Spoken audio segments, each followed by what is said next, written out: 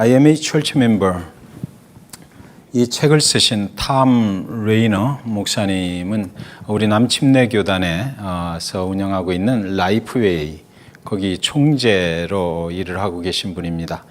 그래서 그분이 남침례교단 산하에 있는 모든 교회들이 침례교회들이 쓸 수 있는 교재를 그곳에서 다 편찬을 하시고 성경 공부를 할 수 있도록 도와주시고 여러 가지로 교회들에게 유익한 일들을 많이 하고 계신데 이분이 지난주에 남침례교단 교회들 전체에게 얼전트 이메일을 하나 보내신 게 있어서 제가 읽어보게 됐습니다. 그랬더니 이분이 그렇게 첫 마디를 묻는 것입니다. 지난주에 한 주 동안에 미국에서 몇 개의 교회가 문을 닫았는지 아십니까? 여러분들 생각에 대충 그냥 몇 개 정도가 될 것 같습니까? 이 미국의 각 주에 서 있는 침례교회 교회 중에서 몇 개 정도가 문을 닫았다라고 한번 추측해 보실 수 있는 분 계십니까? 전하명 집사님 몇 개 정도가 문을 닫았을 것 같습니까? 그냥 just guess. 100개? 100개. 이선희 집사님 34개. 234. 예. 다른 분 이선희 집사님은 예. 3개? 예. 200개의 교회가 문을 닫았습니다. 일주일 동안에 200개의 교회가 문을 닫았어요. 예.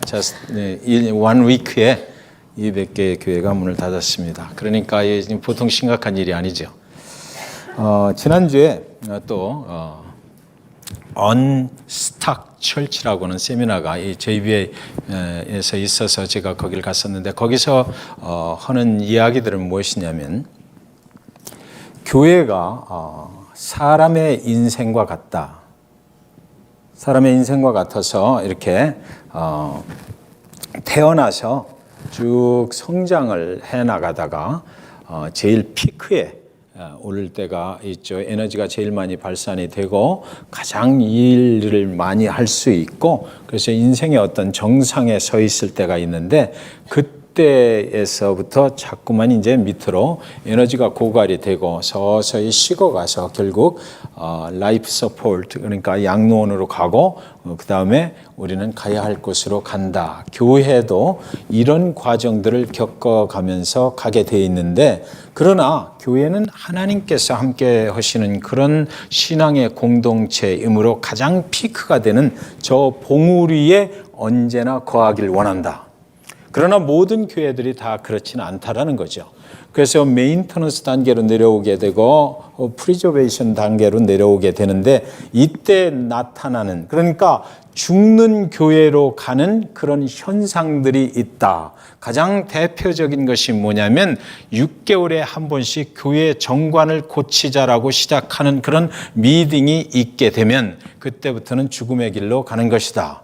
그리고 기도 예배 시간이 만들어져 있기는 한데 기도 예배에 참여하는 사람들이 줄어들기 시작할 때 그것은 죽음으로 가는 교회의 사인이다라는 것입니다. 그래서 예배에 참여하는 성도들의 수는 자꾸만 줄어들고 교회의 헌금 액수가 자꾸만 줄어들기 시작하면 그것은 틀림없이 교회가 죽음으로 가고 있다는 사인이다.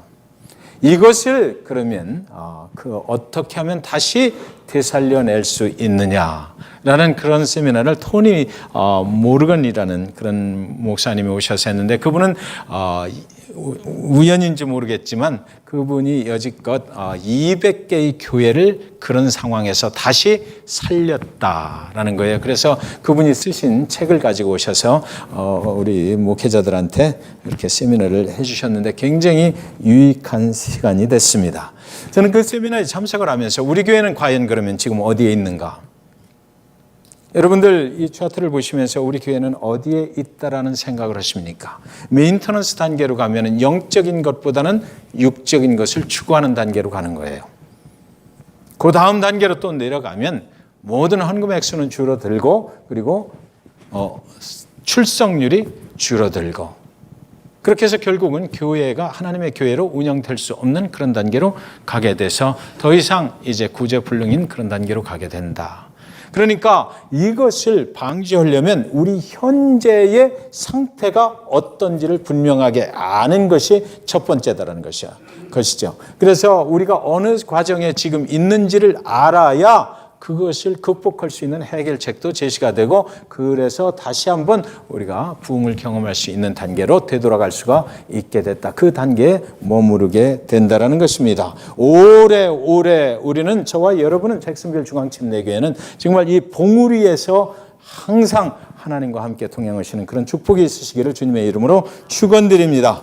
오늘 본문의 내용은 사복음서에 전부 다 나와 있는 너무나도 유명한 내용입니다. 오병이어의 기적. 교회를 다니시지 않는 분들도 그 내용은 이미 다 익히 잘 알고 있는 그런 내용이에요. 광야 빈들에 예수님을 따라다니는 많은 사람들이 모였어요. 예수님이 가시는 곳곳마다 병자를 고치는 그 기적을 보기 위해서, 아니면 또 다른 어떤 표적들을 예수님이 행하시니까 그것을 구경하기 위해서 수많은 사람들이 나왔는데, 오늘은 광야에 나왔다. 빈들에 나왔는데 거기 모인 남자들만 5,000명이었다. 그 가족들과 여자들과 어린아이까지 포함하면 약 2만 명이 그날 거기에 모였을 것이다. 그곳에서 예수님께서 굉장히 축복된 일을 행하셨다라는 것이 오늘 본문의 내용입니다. 5절에 보면 예수께서 눈을 들어 큰 무리가 자기에게로 오는 것을 보시고 빌립에게 이르시되 우리가 어디서 떡을 사서 이 사람들을 먹이겠느냐 하시니, 이것이 이제 오늘 본문의 시작이에요. 사건의 시작입니다. 우리가 많은 사람들이 모여 있는데 먹을 것이 없다는 것이에요. 날은 저물고 해는 져가는데 이 광야에서 지금 할 일은 많이 있는데 먹을 것이 다 떨어졌다. 그래서 예수님께서 그 문제를, 우리 인생에 닥친 문제를 제기를 하시는 것입니다. 오늘 현재 우리 가운데 있는 문제는 바로 이거죠. 어디서 먹을 것을 구할 수 있겠느냐라는 그런 문제를 예수님께서 제기를 하시고 사람들에게 물어보는 거예요. 이 많은 사람들이 굶을 수는 없지 않느냐. 그러니까 이 허기진 배고픔을 해결하기 위해서는 우리가 어디서 이 사람들에게 먹을 것을 줄 수가 있겠느냐라는 것이죠. 우리 인생에 문제가 있다라고 예수님이 말씀하시는 것입니다. 예수님을 따라가는 인생들 중에도 많은 문제를 가지고 있다. 어느 가정에서는 이혼의 문제가 있어요. 어느 가정에서는 경기 불황 때문에 문제예요. 사업이 안 되는 것 때문에 문제예요. 어느 가정에서는 부모와 자녀 간의 문제가 있어요. 의사소통이 단절이 되는 것입니다. 어느 가정에서는 또 말할 수 없는, 남에게 이를 말할 수 없는 그런 외로움과 방황, 이런 것들, 허무감을 가지고 우울증에 빠져서 사시는 분들도 계신 거예요. 우리가 교회 생활을 이렇게 하고 예수님하고 같이 살아가고 하나님하고 같이 살아가지만 저와 여러분 중에는 오늘 수많은 문제들을 안고 오늘 이 예배에 나와 계신 분들이 있다라는 것입니다. 그것을 알고 예수님께서 이 문제를 어디서 해결할 수 있겠느냐라는 것이죠. 이 문제를 해결하려면 어디로 가서 어떻게 해야 될 것이냐라는 것이에요. 예수님은 우리의 인생의 문제를 이미 알고 계시다는 것이죠.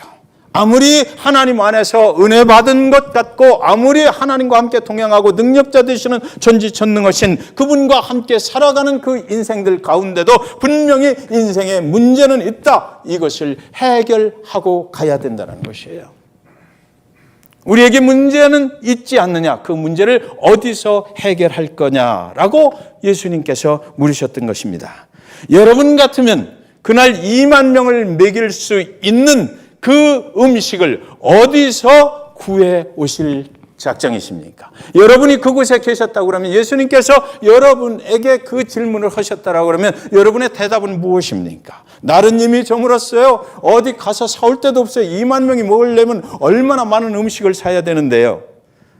여러분에게 그런 질문을 했다라고 그러면 예수님께서 어디서 이 사람들을 먹일 것을 구할 수 있느냐라고 물으셨다면 여러분들은 어떻게 대답하시겠습니까? 그 대답을 하시기 전에 이미 여기에 모여 있는 제자들, 이미 여기에 와 있는 사람들은 1절과 2절에 보면 그동안 예수님이 행하시는 표적을 수없이 보았던 사람들이에요. 예수님이 질문을 하실 때에 무슨 질문을 하시는가를 지금 생각을 해야 되거든요. 예수님을 따르는 이 수많은 사람들은 지금 예수님께서 그동안 어떤 표적을 어떻게 행하셨는지를 분명히 알고 보고 인생의 문제의 해결이 어디에 있다는 것을 깨우칠 만큼 깨우칠 수 있도록 예수님께서 모든 것을 보여준 사람들한테 너희에게도 인생의 문제가 있는데 오늘 현재 우리가 이런 인생의 문제를 가지고 있는데 그렇다면 인생의 문제를 해결할 수 있는 답은 어디서 구하면 될까? 라고 물으시는 거예요. 네.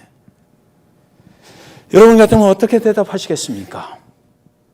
이미 답은 주어져 있는 거죠. 당신, 그죠? 예수님 당신이면 됩니다라는 거예요. 그래서 4절에 보니까 힌트가 하나 주어졌어요. 마침 유대인의 명절인 유월절이 가까운지라. 그날 모여있던 그때는 이제 유월절 명절이 가까웠다라는 것입니다. 유월절은 무엇입니까? 유월절은 애굽에서 노예 생활을 하고 살던 이스라엘 하나님의 백성들을 모세라는 사람을 통해서 광야로 하나님이 이끌어내신 출애굽의 역사를 기억하고 그 광야 40년 동안에 매일 아침마다 먹을 것이 하나도 없을 때 굶주리고 있을 때 하나님의 방법으로 하나님께서 만나를 그들에게 내려주셔서 우리가 먹을 것을 걱정 안 하게 만들어주신 그 하나님을 기억하는 때다라는 거죠. 그래서 예수님께서 그 힌트를 다 주셨어요. 우리 인생의 문제를 어디서 누구로부터 해결하면 받을 것인가에 대한 힌트가 다 주어지고 답이 다 주어진 것입니다. 그러니까 우리의 답은 뭐예요? 당신 내 앞에 계신 예수 당신께 맡깁니다. 당신이 해결하실 줄 믿습니다라는 거죠. 그런데요, 빌립은 지금 어떤 대답을 하시는지 여러분 7절에 잘 보시기 바랍니다.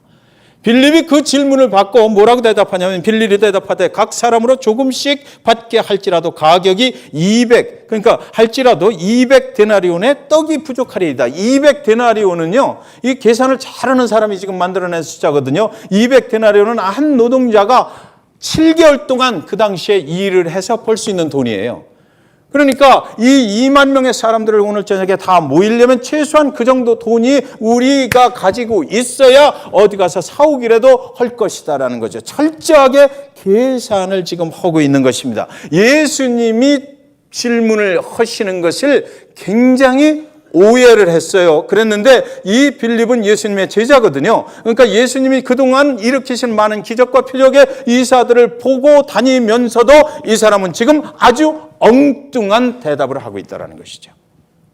저와 여러분의 인생의 문제를 해결할 수 있는 분이 하나님 그분이시고 예수님 그분이시고 그분이 우리를 위해서 죽으시기까지 우리를 사랑하셨기 때문에 우리를 절대로 외면치 않으신다. 인생의 문제를 주시는 분도 하나님이시고 그 문제를 해결하게 하시는 분도 하나님이시고 그 목적은 하나님께로 더욱더 가까이 와서 하나님이 주시는 축복을 누리게 하기 위함이다라는 것을 알고 있으면서도 때때로 예수님 주변에서 가장 가까이 살아가는 저와 여러분도 이런 대답을 한다는 것입니다. 하나님, 우리가 없어요. 여기 계산해 보니까 이 계산이 안 나오네요. 우리의 문제를 해결할 수 있는 방법을 세상에서 찾는 거죠, 지금. 하나님과의 관계 속에서 그 문제 해결법을 찾으려고 하는 것이 아니라 세상의 방법으로 찾으려고 하다 보니까 빌립이 오늘 말하는 것은 무엇입니까? 해답이 없다라는 것이죠. 다 굶어 죽는 수밖에 없다라는 거예요. 여러분, 하나님이 이걸 원하셔요?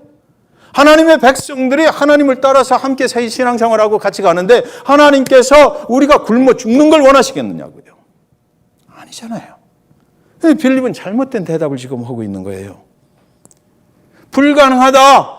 도대체 어디서도 음식을 구해올 수가 없다라는 것입니다. 자, 먼저 번에 말씀드린 그 세미나의 도표를 한번 생각해 보시기 바랍니다. 영적인 부분에서 지금 어디로 가고 있어요? 물리적인 부분으로 가고 있어요. 이 빌립은 그런 거예요. 하나님과의 관계 속에서 그 해결 방법을 찾으려고 하는 것이 아니라 물리적인 육적인 방법으로 뭔가를 해결해 보려고 하니까 그대로 두면 여기 앉아있는 여기 있는 2만 명의 사람들이 오늘 다 헝그리 하다가 쓰러져 버릴 거라는 거죠. 희망은 없다, 소망은 없다라는 것이에요. 우리의 소망이 예수 그리스도 그분이라고 우리가 말은 하고 그분을 쫓아다녔지만 그러나 그렇지 못했다라는 것입니다. 사랑하는 여러분, 하나님이 우리 인생에 문제를 주시거든요. 그 문제를 풀면서 우리는 하나님께 더욱더 가까이 가라라고 때때로 그런 어려운 문제들을 주세요. 우리가 경기가 안 좋아서 어려움을 당할 때 하나님께서 그 문제도 주신다고요. 우리의 인생을 여기까지 인도해 오신 분이기 때문에 앞으로 하나님께로 더 가까이 와서 앞으로 또 그 훈련을 통해서 더 다른 어떤 그 어려움이 오더라도 하나님 그분만 인정하고 그분만 의지하고 그분만 신뢰하고 그 모든 문제들을 너끈히 넘어갈 수 있는 성숙한 믿음의 사람이 되게 축복해 주시기 위해서 하나님께서는 그 문제를 우리 인생 가운데 주실 때가 있다는 거예요. 그러니까 그 문제를 하나님이 주신 것을 우리가 인정한다면 우리는 어떻게 해야 돼? 그때 세상 것으로 그것을 해결하려고 하면 방법은 없다라는 거죠. 주신 분도 하나님이시오. 거두어 가실 분도 하나님이세요.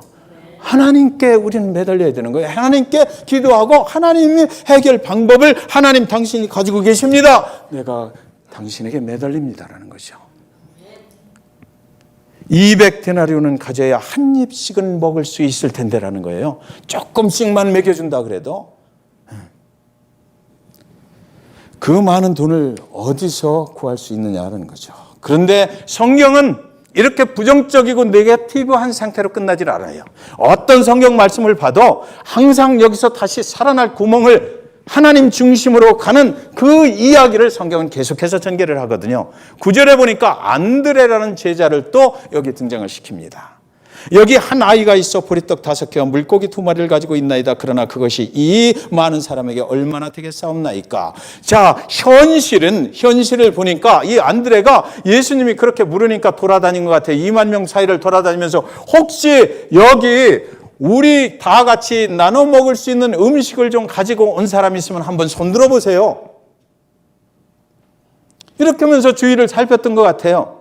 소리를 막 질렀겠죠. 2만 명이 다 알아들어야 되니까 그 빈들 광야에서 여기 혹시 먹을 거 갖고 있는 사람이 있습니까? 라고 물어보고 하던 중에 딱 발견을 했는데 어린 아이. 여기 여러분 빌립과 안드레의 이름과 어린 아이 이를 지적을 한 것은 요한복음밖에 없어요. 사복음서 다 읽어보면 다른 3복음서에는 사람 이름도 없고 어린 아이도 없어요. 그런데 요한은 이걸 지적을 했어요. 사람의 생각 그리고 그 어린 아이의 어떤 모습 속에서 예수님을 통한 저와 여러분에게 주려고 하는 메시지를 분명하게 요한은 강조를 하고자 했던 것이죠. 어린 아이가 한 사람 손을 들었다 이겁니다. 어린 아이가 한 사람 손을 들었는데 그 도시락을 보니까 보리떡 5개와 물고기 2마리가 거기 들어있더라 이거예요. 그런데 예수님 이것만 가지고는 안 될 텐데요 라는 거죠. 좀 더 빌립보다는 좀 더 나은 반응을 보이는 것 같으나 스틸 안드레의 마음속에는 이것 가지고는 안 될 텐데라는 걱정과 근심이 있는 거예요. 여기 좀 먹을 것 가진 사람 있나요? 같이 나누어 먹을 것 좀 있습니까? 아무도 가진 것이 없었어요. 그런데 그때 조용히 어린 소년이 손을 들은 거예요. 나는 뭐가 있는데 이거 숨길 수가 없는데 라고 그렇게 해서 열어보니까 그 도시락을 하나 가지고 왔던 거죠. 안드레는 찾아냈어요. 중요한 것은 뭐냐면 지금 현재 우리 중에 현재의 상황 속에서 드릴 수 있는 것이 무엇이냐를 찾아냈다는 것이죠. 예수님이 그렇게 물으실 때 아무것도 안 될 것입니다라고 얘기하지 아니하고 안드레는 그 중에서 우리 중에서 예수님께 드릴 수 있는 것이 그래도 뭔가 있지 않겠나? 내가 예수님께 드릴 수 있는 것이 무엇이겠나? 그것을 생각을 하고 찾아봤더니 떡 5덩어리하고 물고기 2마리를 가진 어린아이가 있다 이겁니다. 여러분 어린아이가 직접 일어나서 예수님께 갖다 드리지 않았어요.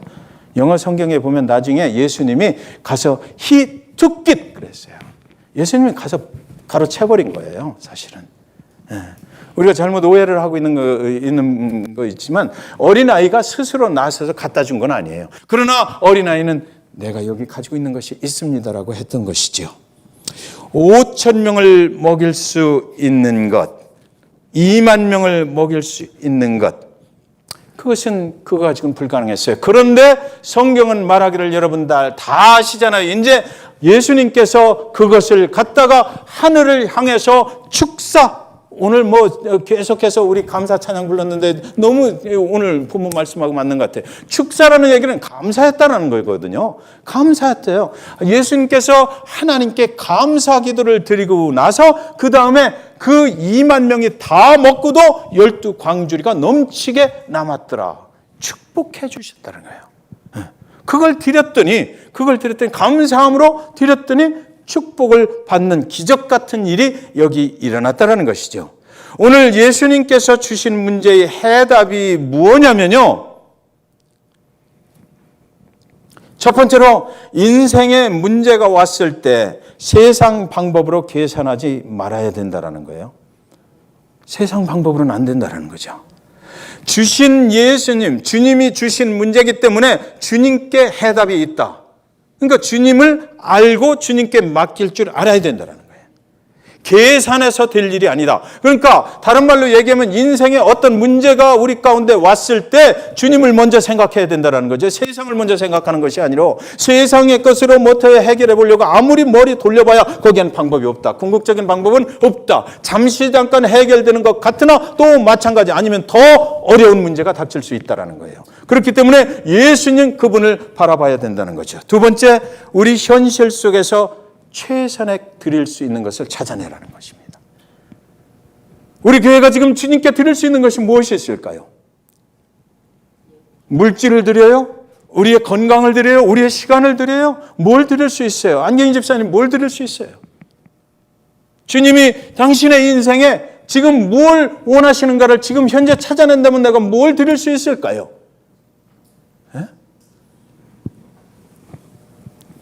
내 자신이 가지고 있는 것이 지금 드릴 수 있는 것이 무엇이 있는가 그것을 분명하게 찾아내라는 것입니다. 우리 그렇게 얘기할 수 있어요. 주님, 내가 시간은 있습니다. 직장 파이어 돼가지고 지금 집에서 쉬고 있는데 내가 시간 드릴 수 있어요. 그러니까 교회 나가서 내가 하나님한테 기도할 수 있어요. 그렇죠. 주님, 내가 육신의 문제가 있는데 그래도 내가 옛날에 벌어놓은 돈이 있어요. 그거 가지고 하나님의 교회를 섬길게요. 할 수 있어요? 없어요? 할 수 있죠. 네. 내 지금 처해진 이 문제 속에서 내가 드릴 수 있는 최선의 것이 무엇인지 떡 5덩어리하고 물고기 2마리를 찾아내야 된다는 것입니다. 그것을 세 번째로 그냥 찾아내고 그치는 것이 아니라 누구한테 맡겨? 주님과 연결을 시켜버려야 돼. 기도로 주님과 연결시켜요. 내가 이것이 있어요. 라고 갖다 드리는 거죠. 안드레가 그 역할을 한 거예요. 안드레는 성경 속에서 보면 계속해서 사람들을 주님 앞으로 인도해요. 오늘도 안드레는 그런 일을 하는 거야. 그 떡 5덩어리하고 그 어린아이가 가지고 있는 그것을 가지고 누구한테? 주님한테 알려줬잖아. 그랬더니 주님이 가서 그래? 딱 들어 챙기는 거예요. 그리고 나서 2만 명이 먹고도 남을 수 있는 그런 축복의 역사가 여기서 일어나게 되는 거죠. 주님의 손에 맡겨져야 됩니다. 내가 할 수 있는 거 아무것도 없어요 라고 생각되지만 그러나 찾아보면 있어요. 내가 주님의 백성들을 위로하는 자리로 가겠습니다. 나 아무것도 할 수 없어요. 그러나 내가 그건 할 수 있어요. 옛날에 엄마 아버지한테 내가 사랑을 많이 받고 살았거든요. 근데 우리 집이 중간에 망했어요. 그런데도 그 사랑받은 기억이 있어서 남을 사랑하는 방법을 나는 어떻게 하는지는 알거든요. 그러니까 내가 다른 건 못해도 헌신은 못해도 집이 다 망해서 물질로 헌신을 못하고 시간으로 헌신 못하고 아무것도 할 수 없을지라도 사람을 위로하는 방법은 내가 알거든요. 내가 그거 할게요. 네. 교회 오셔서 성도님들 위로하고 그런 은사를 베풀어 주는 거예요. 그것이 주님과 연결되는 거 아니겠느냐고요. 내 자신의 모습 있는 것 그대로, 그죠? 그것을 찾아내는 겁니다. 하나님이 기뻐하실 수 있는 것이, 하나님께 드릴 수 있는 것이 조그만 것이지만 무엇이 있나? 하나님께서는 크고 작고를 따지시는 분이 절대 아니에요. 저와 여러분 신앙생활 해봐서 알잖아요. 하나님은 과부의 2랩돈을 사랑하시는 분이시지 하나님은 많은 것을 사랑하시는 분은 아니야. 그러니까 우리의 최선을 보시는 분이시지 하나님이 세상 계산으로 크고 적은 것을 보시는 분은 절대로 아니다라는 것입니다. 그러니까 우리한테는, 저와 여러분한테는 뭐가 있어? 최선의 것을 드릴 수 있는 부분은 누구한테든지 있다라는 것이에요. 보리떡, 그 당시에 아주 가난한 사람들이 만들어 먹었던 떡이래요. 이 어린 아이는 정말 가난한 집의 아이였던 것이에요. 그것을 주님의 손에 맡겼을 때 정말 커다란 기적이 일어났다는 것이에요. 11절에 보니까 예수께서 떡을 가져 축사하신 후에 앉아있는 자들에게 나눠주시고 물고기도 그들의 원대로 주시니라. 예수님이 축사를 하셨는데 여러분 성경에는 어느 성경에도 예수님이 어떻게 축사를 하셨다는 말이 없습니다. 그 추측은 우리에게 넘어왔어요. 그렇다면 예수님은 어떻게 축사를 하셨을까? 여러분들이 그날 예수님이셨으면 그 보리떡 5덩어리와 물고기 2마리를 손에 들고 하늘을 향해서 어떻게 축사를 하셨을까? 2만 명을 먹여야 되는 상황에서 어떻게 여러분은 기도하실 것 같아요? 어떻게 하시겠습니까? 주은경 집사님 어떻게 하실 것 같아요? 감사죠, 감사. 여기 떡 5덩어리와 물고기 2마리, 아주 적은 것을 하나님께 드릴 수 있는 믿음 주신 것 감사합니다. 그래요. 여기까지 살아오게 하신 것 감사합니다. 여기 지금 허벌판에 먹을 것이 없어서 어떻게 하면 될까라고 우리를 궁리하지만 그러나 그것을 세상 방법으로 해결하려 하지 아니하고 그래도 믿음으로 하나님께 감사하며 나갈 수 있도록 요거 주신 것 감사합니다. 하나님께 맡길 수 있도록 여기까지 인도하신 것 감사합니다. 그것을 내 것이라고 나만 먹어야 된다라고 생각하지 아니하고 나눌 수 있는 마음 주셔서 감사합니다라는 거죠. 네. 여기까지 이렇게 내놓을 수 있도록 인도하신 것이 감사합니다. 그 어린아이의 모습은 최선의 것이잖아요. 자기의 모든 것이잖아요. 자기는 뺏길 때 어떻게 했어요? He took it 그랬네요. 예수님이 와서 채갈 때 뺏겼다라는 생각이 안 들었겠어요? 이거 큰일 났네. 엄마가 너만 먹으라고 그랬는데. 그랬겠죠. 아무도 주지 말고 이거 너만 먹어야 돼. 그랬는데 예수님한테 발각이 돼가지고 예수님 뺏어가신 거예요. 우리의 최선 모든 것을 내어드릴 수 있는 것. 지금 문제 중에 인생의 문제가 왔을 때 이렇게 하면 된다는 거거든요. 잘 먹고 잘 살 때 이렇게 하는 게 쉬워요. 근데 인생의 문제가 와서 정말 힘들고 어려울 때 나의 최선을 드릴 수 있느냐? 거기에 축복의 그 신비로운 비밀이 있다는 거죠. 네, 거기에 있어요.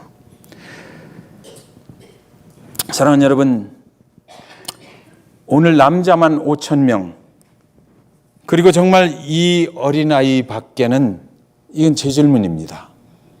아무것도 가지고 있지 않았을까요? 자, 생각해 보세요. 우리가 어느 한인 장로교에서 유명한 목사님이 오셔서 부흥회를 해.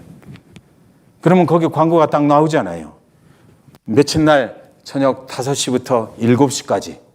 그럼 우리가 먼저 한인 장로교에 전화를 걸든지 아는 사람 연결을 해가지고 그 집회 끝나고 나면 그날 거기 저녁 주나?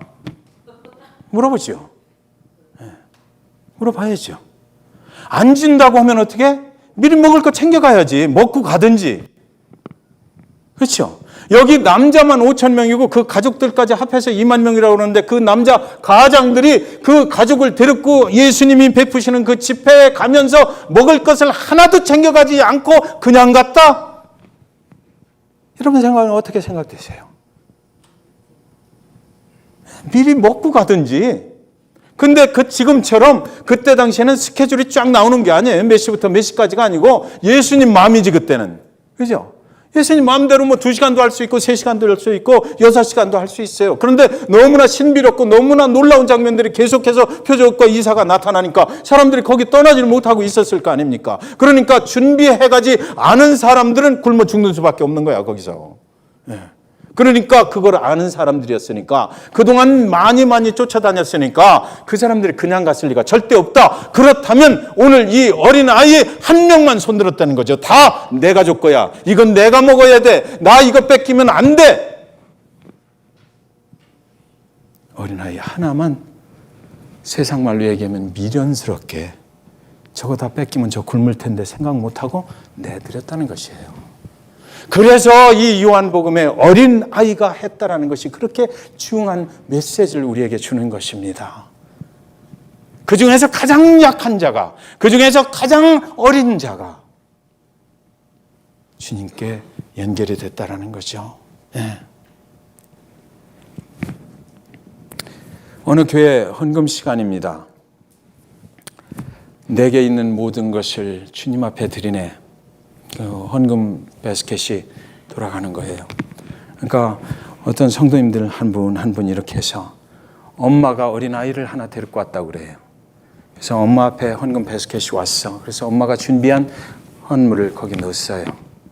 그리고 나서 자기 어린 아들에게 넘겨주셨어요. 오늘 아침에 5불짜리 지폐 한 장을 너 오늘 교회 가서 그거 하나님께 드려 하고 주어졌거든요. 그래서 아이가 헌금 바스켓을 붙잡고 한참 망설이는 거예요. 넣을까 말까. 그러니까 어머니가 준 게 있잖아. 알잖아. 손에 쥐고 있는 거 알아요. 그러니까 억지로 그 손에 쥔 것을 손을 펴서 헌금 바스켓에 넣은 거예요. 성가대가 계속 찬양합니다. 사랑하는 주님 앞에 모두 드리리 하면서 계속 헌금 바스켓은 돌아가요. 그런데 이 5불을 빼앗긴 어린아이가 그때 소리를 지르기 시작했어요. 엄마, 내 돈! 엄마, 내 돈 돌려줘! 내 돈 돌려줘! 계속해서 헌금 시간은 계속 진행이 되는 거죠. 내 돈 돌려줘. 내 돈 돌려줘. 여러분, 하나님께서 우리에게 주신 것을 감사할 수 있어야 됩니다. 그것은 하나님께로부터 온 것이라는 것을 우리는 먼저 생각하고 먼저 감사할 때에 하나님께서 우리를 축복해 주시는 것이에요. 여러분, 한 가지만 더 말씀을 드리겠습니다. 오늘은 이런 말씀을 꼭 한 번쯤은 드려야 될 것 같아서. 여러분, 우리는 자녀들을 키우잖아요. 많은 이민사회 부모님들의 고민이 뭔지 아십니까? 자녀들이 고등학교 다닐 때까지는 내 손으로 끌고 다녔어요. 교회를. 가야 돼 할 때도 있고, 오늘은 레슨 없으니까 오늘은 가. 그런데 아빠, 엄마, 오늘 나 저 친구 벌스데이 파티 있는데 거기 가기로 했는데, 그래, 그럼 친구들 사귀는 것도 중요하니까 오늘은 안 와도 돼. 그럼 거기 가. 내가 라이드 주고 이따 픽업 할게. 네. 엄마, 오늘은 내가 그 바이올린 뭐가 있어요. 엄마, 오늘은 어디를 가기로 약속을 미리 해놨는데. 그러니까 우리는 자녀들을 사랑하기 때문에 교회에 가는 것을 강요할 수가 없어. 그렇죠? 그것 또한 또 그들의 선택일지 모른다는 생각 때문에 그렇게 할 수가 없어. 그래서 그래, 오늘은 그럼 그렇게 해. 그런데 그 아이들이 그 소리를 듣고 교회를 안 오고 다른 데로 가요. 그 아이들이 부모를 생각할 때 부모는 항상 선택을 결정하는 사람이야. 나의 인생에 어떤 이 길로 갈까 저 길로 갈까를 그 시절에 누가 선택을 해? 자기가 결정하는 것이 아니고 부모가 결정을 했거든요. 부모는 나보다 지혜롭고, 부모는 나보다 분명히 선과 악을 더 잘 알고, 부모는 나의 인생에 대해서 더 책임져 줄 수 있는 분, 그래서 내가 믿고 의뢰하고 신뢰할 수 있는 분이야. 그분이 너 그래 그렇게 해도 돼 오늘은, 이렇게 하면서 컸거든요. 근데 그들이 이제 부모의 품을 떠나서 사회생활로 나가거나 대학을 가요. 부모님들의 고민이 무엇입니까? 고등학교 때까지는 그런 대로 교회를 다녔는데 왜 대학에 가니까 교회를 안 가는 거예요, 목사님? 왜 세상살이를 시작을 하니까 교회를 안 가는 거예요? 걔가 돌아올 수 있겠어요, 목사님? 걔가 돌아올 수 있도록 기도해 주세요. 죄송한 말씀이지만 이런 경우는 돌아오기가 굉장히 가능성이 없습니다. 왜 그런지 아세요? 부모를 그들은 신뢰를 했어요. 부모님들이 굉장히 똑똑하고 굉장히 좋으신 분인 걸 알아요, 그들은. 그래서 그분들이 나를 훈련을 시킬 때에 하나님 앞에 죽어도 가야 된다. 주일날만큼은, 안식일날만큼은 지켜야 된다. 하나님 최우선의 삶을 살아야 된다라고 가르친 것이 아니고, 세상 일, 바쁜 일이 있으면 언제든지 하나님을 떠나도 괜찮다라고 가르쳐줬기 때문에 대학에 가니까 공부해야 될 일이 많아. 친구도 모임이 더 많아졌어. 세상 직장생활 시작하니까 더 바빠졌어. 그들의 생각에는 하나님 안 가는 것이 너무나 우리 부모님이 잘 가르쳐준 거로 생각하고 안 가는 거예요. 네. 우리 한번 심각하게 생각해 봤으면 좋겠어요. 우리 이민교회들이 2세들, 1.5세들한테 넘겨줄 수가 없게 돼버렸다고요. 그들이 왜 교회를 안 나오느냐고요. 우리가 그렇게 만들었으니까 그렇지.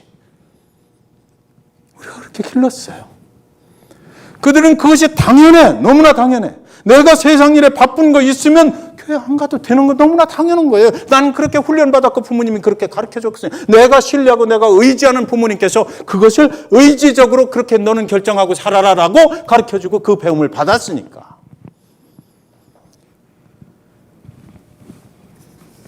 제가 왜 이 말씀을 드리냐면 저도 언젠가는 이 세상을 떠나서 하나님 편에 갈 거 아닙니까? 하나님께서 물으실 것 같아요. 가만히 이 말씀을 묵상하다 생각을 하니까. 하나님, 너 가서 보니까 너 잭슨빌 중앙침례교회 그때 목회하고 그랬는데 왜 잭슨빌 중앙침례교회 성도들은 천국에 온 사람이 없냐? 너만 왔냐? 이러면 어떡할 거예요? 가르칠 것을 분명하게 가르치지 못한 죄가 저한테 있는 거 아닙니까? 그 대답을 뭐라고 할 거예요? 네.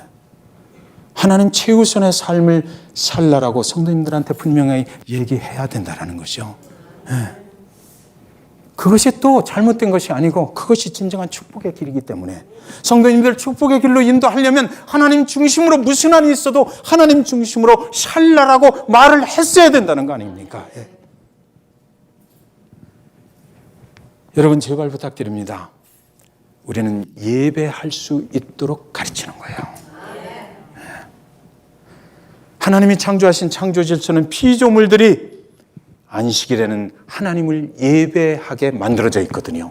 그것을 역류하는 방법을 가르쳐봐야 하나님의 축복을 받을 수가 없기 때문에 그것만큼 꼭 해야 된다라고 우리가 가르쳐야 된다는 거죠. 여러분 마태복음 14장에 보면 14장 19절에 무리를 명하여 잔디 위에 앉히시고 떡 5개와 물고기 2마리를 가지고 하늘을 우러러 축사하시고 떡을 떼어 제자들에게 주시며 제자들이 무리에게 주니 여기는 좀 더 구체적으로 설명이 되어 있거든요. 자 그러면 떡 5덩어리하고 물고기 2마리를 가지고 축사를 하시고 나서 예수님이 그냥 다 일일이 다 2만 명한테 나눠주신 것이 아니고 제자들 나와 그래서 제자들 12명에게 줬어요. 떡 5덩어리가 12덩어리로 변했어요. 그죠? 2.5배 정도의 축복이 지금 만들어진 거예요. 그래서 제자들이 그 떡 5을 하나씩 받아가지고 그것을 2만 명에게 가서 이제 전달을 하는데 그게 다 그냥 한 덩어리씩 다 전달이 되는 거예요. 축복이 예수님으로 인해서 그 어린아이가 드린 것으로 인해서 불어나고 빈들에 허기져서 먹을 것 없었던 그 사람 모두에게 전달이 됐다. 1667곱절로 불어났더라고요. 제자들로부터 계산을 해도 엄청난 기적이 그날 일어난 거죠. 우리가 가지고 있는 것이 무엇인가? 내가 이 어려운 환경 속에서도 여러분 힘들죠. 힘들지만 이 환경 속에서 어려운 상황 속에서도 오늘 내가 예수님 앞에 드릴 수 있는 것이 그 무엇이라도 한 가지 있다면 그것을 정확하게 거짓 없이 예수님 여기 있습니다. 주님의 손에 맡깁니다라고 했을 때 이런 축복이 일어나는데 이런 축복은 나만 먹고 사는 것이 아니라 2만 명을 먹이고도 남는 축복 나누고 실컷 나눠주고 나눠주고도 넘치는 축복으로 나에게 돌아온다는 것이죠. 예. 내가 그런 사람이 될 수 있으면 얼마나 축복입니까? 나로 인해서 많은 사람들이 누리고 살아. 하나님의 축복을 누리고 살아요. 그래서 오늘 메시지는 그겁니다. 이 축복의 근원이 어디서부터 생긴 것이냐 이거죠. 이젠 다 알잖아요. 어린아이 그것을 맡겼을 때 이런 축복이 시작이 됐다는 거예요. 그 최선을 드렸을 때 된 것입니다. 내 인생의 문제를 어떻게 해결하여야 할 것인가? 그것은 계산으로 되는 것이 아니다. 누구에게 맡길 것인가? 그것을 생각해야 된다는 거죠. 누구에게, 어떻게가 아니고 누구에게 맡길 것인가? 내가 가지고 있는 최선의 것은 무엇인가? 주님께 드릴 수 있는 것의 최선은 무엇인가? 그것을 찾아내라는 것이에요. 주님께 감사의 기도를 드려야 하는 것입니다. 오늘 이 모습 정말 허기져서 먹을 것 없는 정말 불황을 견디기 어려운 우리 가정의 모습 또한 이렇게 다 망가진 것 같은 이런 모습이 있지만 그러나 여기까지 인도하신 분도 하나님이시고 여기까지 살게 하신 분도 하나님이시고 하나님께서는 분명히 이 상황을 통해서 더 좋은 길로 인도하실 것을 내가 믿습니다. 그래서 내가 미리 감사를 드립니다. 네, 그거죠. 그렇게 감사하는 거예요. 최선의 것을 드렸더니 2만 명이 실컷 먹고도 남은 조각들이 12광주리에 넘치게 채워졌다. 최선의 것으로 드렸더니 그 축복이 나만 먹고 살 수 있는 그런 축복이 된 것이 아니라 충분히 이웃들과 나누면서 살 수 있는 그런 축복이 되어서 나에게 돌아왔다라는 것이죠. 여러분, 이 어린아이가 그 결론을 보면서, 그 결과를 보면서 기분이 어땠을까요, 여러분? 아까는 아이고 이게 뺏겼네. 그거 아니잖아요. 뺏긴 게 아니었어요. 그 축복의 장면을 보면서 이 어린아이의 남은 인생은 어떻게 살았을까? 한번 상상해 보시기 바랍니다. 아마 예수 그리스도 그분 계속 쫓아다니면서 그렇게 살았을 것 같아요. 주님 앞에 드릴 수 있는 기회가 있으면 언제든지 여기 있습니다라고 드리면서 살았을 거예요. 많은 축복을 하나님께서 그에게 해 주셨을 것이라고 저는 믿는 것입니다. 누가복음 6장 38절은 말합니다. 주라, 그리하면 너희에게 줄 것이니 곧 후이되어 누르고 흔들어 넘치도록 하여 너희에게 안겨주리라. 너희가 헤아리는 그 헤아림으로 너희도 헤아림을 도로 받을 것이니라. 오늘 메시지 결론입니다. 헤아리지 말라는 것이에요. 하나님은 작고 큰 것을 따지지 않으세요. 내 최선이 어디에 있는가, 그것을 주님 손에 맡길 수 있는 믿음이 있는가, 그것을 보시는 거죠. 그래가지고 그렇게 한다면 하나님은 뻥튀기의 명수다. 예, 그죠? 오늘 1667곱으로 축복을 해버렸으니까. 누르고 후이되어 누르고 흔들어 넘치도록 해서 주신다라는 거예요. 그 축복을 여러분, 저와 여러분이 받아야 되지 않겠습니까? 그 축복을 잭슨빌 중앙침례교회 성도님들이 다 받기를 주님의 이름으로 축원드리는 것입니다.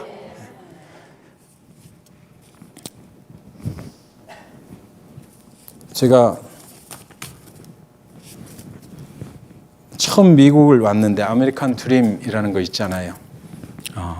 그래서 너무 고생스럽고 그랬을 때 있었어요. 40불이면 월마트에 가서 40불 쇼핑을 하면 한 달을 먹고 세 식구가 먹고 살았거든요. 그래서 다른 유학생들하고 같이 가면 그 사람들이 100브로치를 사. 그러면 저는 더 어려워서 집사람이 갔다 오면, 아내가 갔다 오면 주눅 들어서 그 사람들하고 같이 못 다니겠어 이래요. 그렇게 하다가 집사람이 세탁소에서 40일 아침 금식 기도를 하는 거예요. 일하면서 세탁소 픽업 스테이션에 그 시멘트 콘크리트 바닥에 아침마다 앉아가지고 문을 열고 들어가서, 남의 세탁소죠, 일하면서 40일 아침 금식 기도를 해. 40일 아침 금식 기도가 뭐 내일 모레 끝나갈 때라는가 뭐 그러던데 저한테 짜비 오파가 들어온 거예요. 자, 제 인생이 갈라지는 것입니다. 학교 생활을 계속 해야 될 것인가, 이제 이 길로 가야 될 것인가. 3군데 면접을 해서 다 합격했어요. 40일 금식 기도 후에 아내가 그렇게 했거든요. 그래가지고 저 정부 아파트에 이렇게 살고 있었는데 거기서 그 중에 한 회사를 가가지고 거기서 이제 첫 월급을 받는데 2주 만에 체크 한 장을 주더라고요. 딱 펴보니까 이거 가지면 이제 우리 고생은 끝이야. 이제 될 것 같아요. 그래서 이제 진로를 바꾸는 거죠. 이것이 하나님의 길인가 보다. 그랬는데 그때 저녁 식탁 앞에 앉아서 그 체크를 딱 놓고 우리 딸하고 셋이서 저녁을 먹는데 거기 이제 기도를 제가 하는 겁니다. 하나님 감사합니다. 제 인생이 이렇게 참 어렵고 힘들 때 하나님께서 새로운 길을 열어주셔서 오늘 이렇게 하나님이 주시는 물질을 공급받았습니다. 하나님 감사해요. 이렇게 하는데 하나님께서 말씀하시더라고요. 저한테 말씀하시는데, 얘 한규야, 그거 내 짭 한 달만 늦게 됐다라고 생각하면 안 될까? 그러는 거예요. 네. 여러분 무슨 말씀인지 알죠? 기도가 끝나고 나서 아내한테 말했어요. 하나님이 내 기도 중에 그러시는데 한 달만 늦게 됐다고 그러면 안 될까라고 물으시네. 아내가 그래, 그럼 하나님한테 드려. 한 달만 늦게 됐다라고 생각하면 모든 문제가 주님께서 주신 것 한 달 늦게 주셨다라고 생각하면 그만이죠요. 그 주일날 가서 첫 월급 받은 걸 가지고 가서 헌금함이 돌아가는 데가 늦어요. 얼마나 그날 예배의 은혜를 많이 받았는지. 그리고 여러분, 제가 왜 이 이야기를 하냐면 그 뒤로 나는 한 번도 한 달에 월마트 가서 40불짜리 쇼핑해서 먹고 산 적이 없어. 그거보다 훨씬 더 많이 살 수 있었고 한 끼도 굶어 산 적이 없이 하나님께서 넘치게 부어주셔서 뭐 잘 먹고 잘 사는 거 아니라도 내 마음에 충족하게 하나님한테 매일같이 감사하면서 오늘까지 살 수 있도록 하나님께서 그렇게 제 인생을 인도해 주셨어요. 제 미국 생활의 11조를 그날 하나님께서는 받으신 거예요, 여러분. 하나님은 절대로 우리를 험하고 힘든 길로 인도하시는 분이 아니에요. 우리의 최선을 드리면 하나님께서 누르시고 흔드시고 넘치게 부어주신다. 그 축복이 저와 여러분의 축복이 되시기를 주님의 이름으로 간절히 축원드립니다. 기도하겠습니다.